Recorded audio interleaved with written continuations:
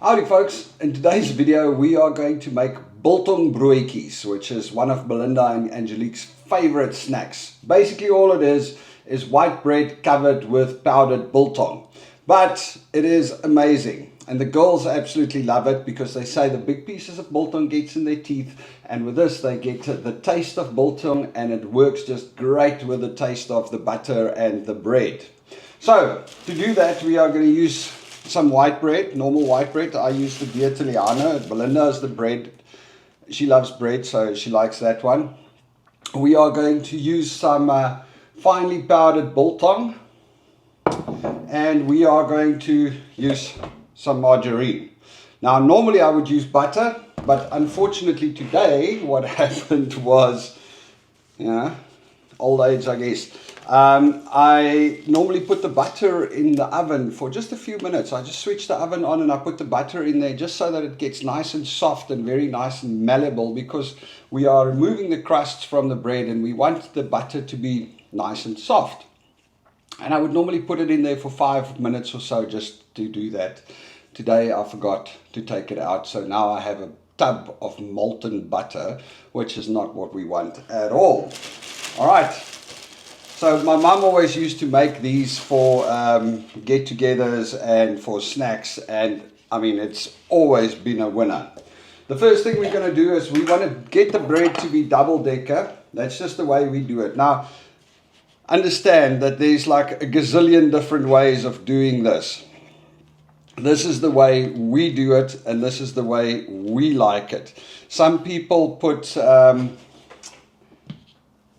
Marmite and other stuff in between the slices of bread. I've even heard of people putting apricot jam, so you have an apricot biltong snack. I'm not 100% convinced about that one, I'll be honest. Anyway, so the first thing we do is we put some butter in between, or margarine in this case, and we make ourselves a nice doubles, it's basically a sandwich. And then we remove the crusts. Now, generally, Belinda would be doing this part, and she's much more of a detailed person, so she would make sure that it's nice and beautiful and square. I am not entirely like that, but I'm going to do my best to get them nice and even. Oh, there we go. And then don't worry about the crusts, we end up eating those anyway. And then what we do is we cut it into nice 4 pieces, or however many you want. They're supposed to be just about bite-sized. And there we go. So we have our 4 little squares. There you go, you can see. And I'm wearing a glove because, trust me, this butter gets a little bit all over the place, because the next step is to butter this little sandwich on all sides. So we're going to put a thin layer of butter on all sides. We need to basically cover it everywhere with butter. And it gets very slippery, so hence I'm wearing gloves, or I'm wearing a glove for this, because otherwise I need to be washing my hands the whole time. Okay, so there we go. This one looks not so bad. One more side to butter, and then we just put it down in the biltong powder. We'll roll it over just now. Let's get all of them buttered. Okay, so now the next thing is you're going to ask me is, how do you find biltong powder? Well, we do it much easier these days. In the old days, I remember when we were kids, we always used to wait until the biltong was very dry, and then you would take a piece of newspaper, put the biltong on the newspaper, and then you would hit it with a hammer, and you would have all the fine pieces. I mean, you would basically crush it. That was how we did it. Nowadays, it's much easier. I've got a NutriBullet, you know, the little liquidizer. and it works like a charm. I take the dry biltong, I just remove all the fat because obviously to make dry biltong powder you don't want fat in there. So I take off all the fat, I eat that, don't throw it away, and I stick it in the NutriBullet, and it makes this beautifully powdered biltong. And we love it. We enjoy this biltong on, we enjoy it like this in the form of the little breads. And we enjoy it on our eggs in the morning with some chives. That's also really nice. You know, just for a biltong flavor. And then we also used to love this with Mom remembered Melrose, the cheese spread that we used to get in South Africa. We always would grab some Melrose, so you make a sandwich where you put some Melrose cheese spread on, and then you chuck a layer of this finely chopped biltong on there. Man, that is heaven, I can tell you that much. The problem that we have out here in Canada is not that we don't have the biltong, it's that we haven't found a nice little cheese spread just yet.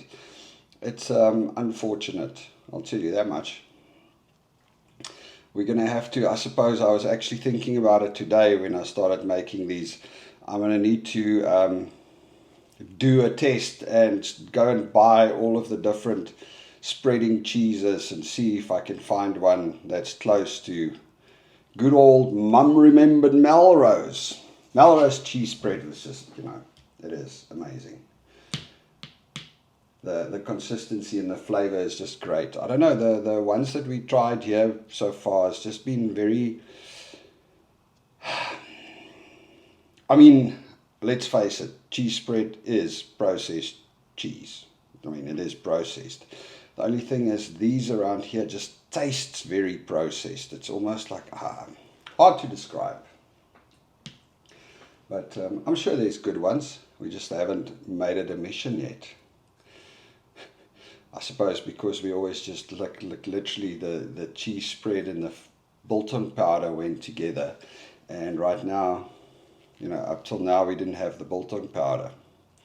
And you can ask why we didn't have the biltong powder up to now. Now in my household the problem has literally been that we don't get the biltong to be dry enough so that we can actually make biltong powder. So this time around I literally hid some biltong. Because I make biltong every week, for those of you that know. I make biltong, about 5 kilos of biltong, of meat I turn into biltong every week. Because me, I'm a biltong addict, I guess. And Connor, my son, pretty much the same. So we kind of, you know, we live on biltong. I do intermittent fasting. And I break my fast with biltong. So I saw a meme the other day that says biltong for breakfast. Well, that really is me. Anyway, and yeah, my son loves biltong too, so we literally eat it as our main food, I guess. Hence we make so much biltong. And for that reason, we also do not have a lot of biltong that actually makes it to being dry enough. So there you go, Biltong Broodjie. This is what it looks like. Now, there's a bunch of different variations, like I said. You can, you know, just for some people like to cut them in little round pieces because they think it looks fancier. Some people like to put apricot jam or whatever you call it, Marmite or Bovril. Not allowed to do Bovril over here, but Marmite, some people put Marmite in between for that extra beefy flavor or meaty flavor. And some people put apricot jam. I've not tried that, I've got to be honest. It just doesn't seem like biltong and apricot jam goes together. If any of you have done it before, let me know what you think. It just, I don't know, just doesn't seem right. And then of course there's the other types. Instead of bread, another one that I've seen people use is the little biscuits, you know, like salty crack type stuff, little crackly biscuits, little round biscuits. So you take those, you stick two of each those on top of each other with butter, And then you do pretty much the same thing. So there we go. This is a Biltong Broodjie. There you go. Looks amazing. Tastes amazing. Oh.